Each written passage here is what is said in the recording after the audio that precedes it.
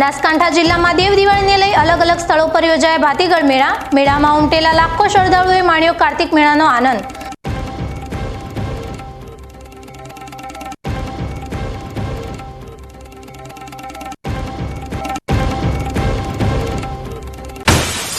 તાનેરા ખાતે રબારી સમાજના અદ્યતન શૈક્ષણિક સ્કૂલનું ખાતમુહૂર્ત પ્રસંગે પધારેલા નેતાઓએ આપેલા નિવેદનોએ જગાવી ચર્ચા.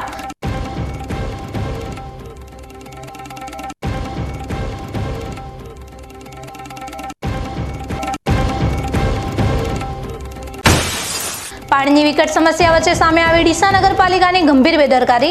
ડીસાના હાથીખાના બોર પરથી લાખો લીટર પીવાનું પાણી વેડફાટ થતા રસ્તા ઉપર વહેતું જોવા મળ્યું પાણી.